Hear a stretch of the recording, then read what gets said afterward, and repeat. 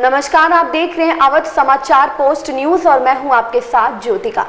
आइए रुक करते हैं खबर की ओर। सीएम योगी ने कल एएसपी श्वेता श्रीवास्तव के सुपुत्र के हुए वाहन से टक्कर के बाद दुखद निधन पर शोक व्यक्त किया है। सीएम योगी ने सड़कों पर इस प्रकार के खेलों पर प्रैक्टिस न करने हेतु हिदायत दी है। सीएम ने कहा कि खेल सिखाने वाले कोच उचित और सुरक्षित स्थल पर खेल की प्रैक्टिस करवावे। आरोपियों की गिरफ्तारी पर डीसीपी पूर्वी ने दी जानकारी। संवाददाता रईस की दो लोगों की गिरफ्तारी हुई है। क्या बताया आरोपियों ने, किस वजह से उतनी तेज रफ्तार में गाड़ी चला रहे थे, सीक्वेंस ऑफ इवेंट क्या था? ये थाना गोमतीनगर विस्तार में 21 नवंबर की प्रातःकाल एडिशनल एसपी श्वेता श्रीवास्तव के बेटे के साथ एक दुर्घटना हुई, जिसके संबंध में एक अभियोग पंजीकृत किया गया है, जिसमें इस घटना के जिम्मेदार दो व्यक्तियों को गिरफ्तार किया गया है और इसमें प्रयुक्त की गई गाड़ी को भी बरामद कर लिया गया है।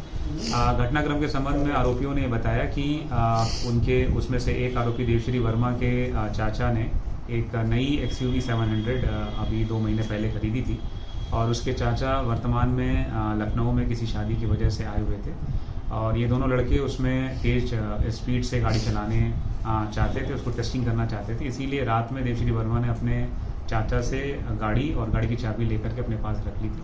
प्रातःकाल उठ करके देवश्री वर्मा अपने मित्र सार्थक सिंह के पास गया, जहां सार्थक सिंह के बारे में उसको जानकारी थी कि उसके पास लर्निंग लाइसेंस है। इसीलिए ये लोग सुबह में गए, जहां पे देवश्री वर्मा ने उसको बताया कि सुबह सुबह पुलिस चेक नहीं करती है। फिर दोनों वहां से गाड़ी लेकर के G20 रोड पर आए, जिसमें एक तरफ से देवश्री वर्मा गाड़ी चला रहा था और उसको उन्होंने आपस में शर्त रखी थी कौन ज़्यादा तेज़ गाड़ी चलाता है। तो देवश्री वर्मा भी बहुत तेज़ी से गाड़ी लेकर के निकला और रास्ते में एक माँ बेटी जो वहाँ पर थे उस समय मौजूद, उनसे ऑलमोस्ट भिड़ते भिड़ते बचे।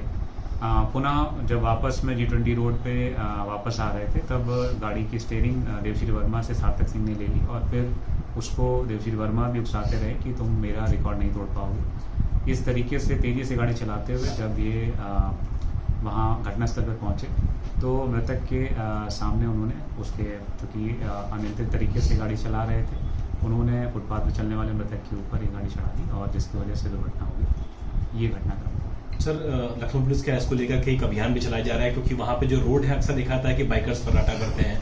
इन लड़कों ने भी एक दूसरे से शर्त लगा रही थी स्पीड को लेकर के, उसको लेकर कुछ लखनऊ पुलिस करने जा रही है।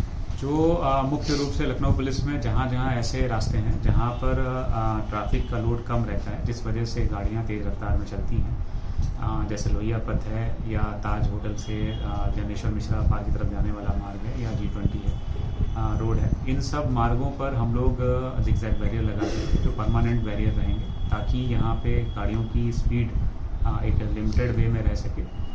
ये हम अभी ये परमानेंट करने जा रहे हैं। साथ ही में जो तेज़ रफ्तार में गाड़ियाँ चलाते हैं उनकी गिरफ्तारी या उनकी गाड़ियों की सीज करने के लिए जिस समय विशेषकर से ये कार्यक्रम सुबह के समय होता है, तो उस समय विशेष टीमें गठित करके ऐसी गाड़ियों के खिलाफ कार्रवाई करेंगे और साथ ही जो लोग साइलेंसर लगा करके गाड़ियाँ चलाते हैं उनके लिए भी हम लोग विशेष अभियान चलाएंगे और उन सभी गाड़ियों को जिनमें साइलेंसर से अलग ज़्यादा आवाज़ आती है तो उन गाड़ियों को भी सीज करेंगे। आखिरी सवाल सर, क्या जो आरोपी है सार्थक सिंह, इसके पिता ने पहचान छुपाने की कोशिश की, गाड़ी छुपाने की कोशिश की और ये भी बोल दिया क्या कि सार्थक नाम का उनका तो कोई बेटा ही नहीं है? जो सार्थक सिंह इसमें मुख्य आरोपी है, जो गाड़ी उस समय चला रहा था जब दुर्घटना हुई, इन लोगों ने घर में जाकर के अपने परिवारीजनों से, विशेषकर अपने पिता से बातें बताई, तो उनके पिता ने इस गाड़ी को धुलवा करके इसको छुपाने का प्रयास किया।